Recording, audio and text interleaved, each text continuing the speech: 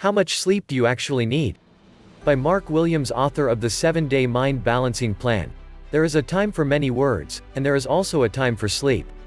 Homer Joe, a marketing assistant for an advertising firm, is hardly a role model for good sleep habits. If he's not working long hours at the office, Joe takes his work home, specifically his laptop, in bed.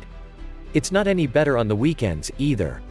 On his free time, Joe's surfing the internet late into the night.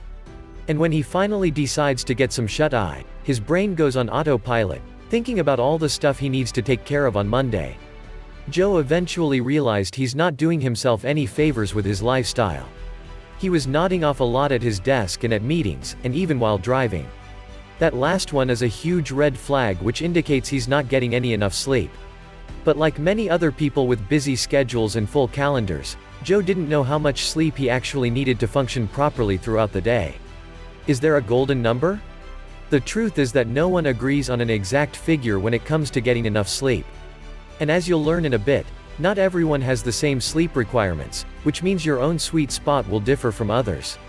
According to the National Sleep Foundation, the recommended number of hours for adults is generally between 7 to 9 hours. In particular, those in the range of 18 to 64 years old needs around 7 to 9 hours, while people beyond that would require 7 to 8 hours. However, that figure is still up for debate, especially for those people who believe that they can work perfectly fine with just 6 hours or less of sleep, for instance. But consider this. A study entitled, "Sleep and Circadian Rhythms in Humans," documented the effects that staying in a cave for a month would have on someone's sleeping patterns. Cut off from natural light, the researchers had no way to tell what time of the day it was. And yet, their natural circadian rhythms had them sleeping between 8 to 9 hours.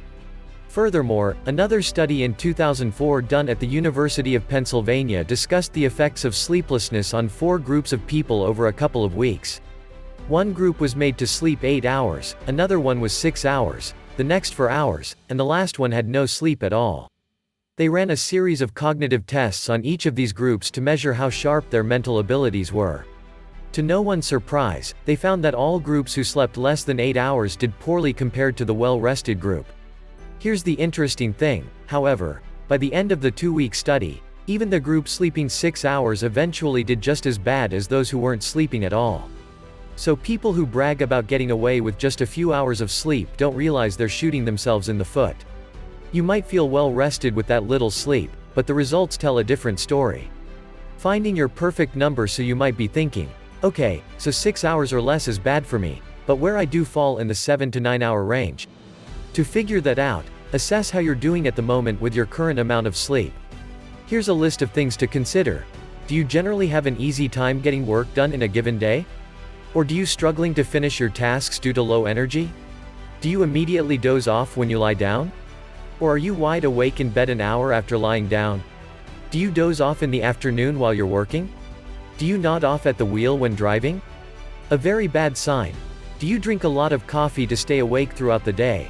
More than 400 milligrams of caffeine, or about 3 cups.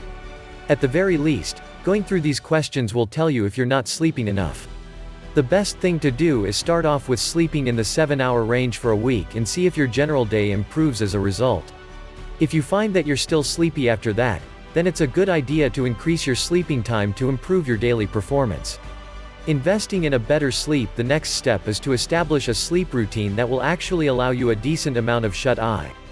If you're a late sleeper like Joe who has a hard time falling asleep, it might have to do with your melatonin levels. This is essentially a hormone that helps you sleep at night by making you feel tired. And some people's melatonin doesn't kick in right away, which makes it harder for them to conk out at night.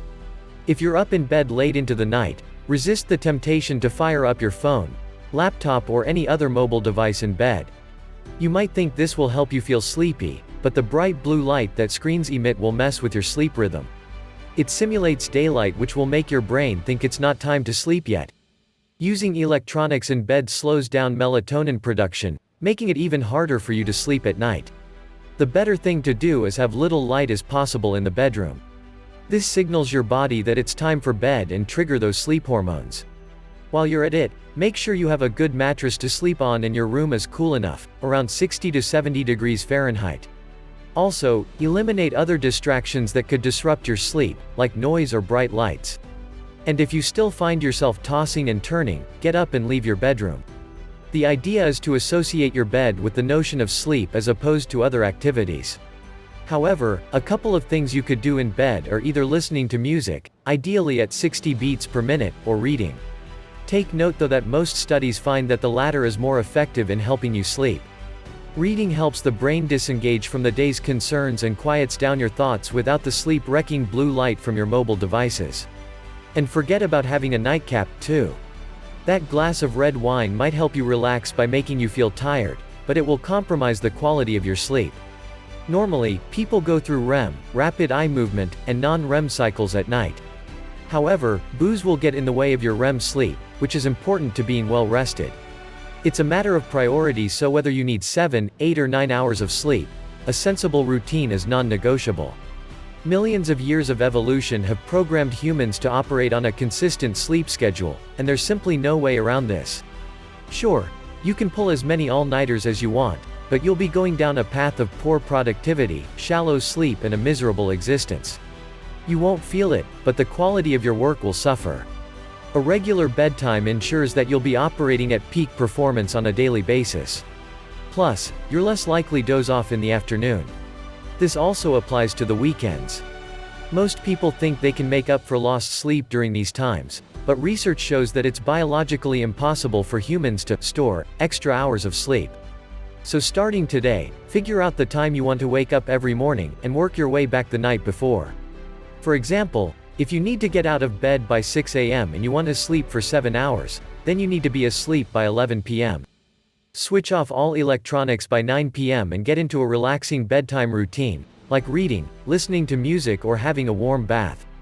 After you establish this kind of routine, your body will adapt to a healthier sleep pattern. You'll fall asleep and wake up at the same time like clockwork. If you find, however, that you're still experiencing those symptoms we covered earlier, you probably need to sleep a bit more.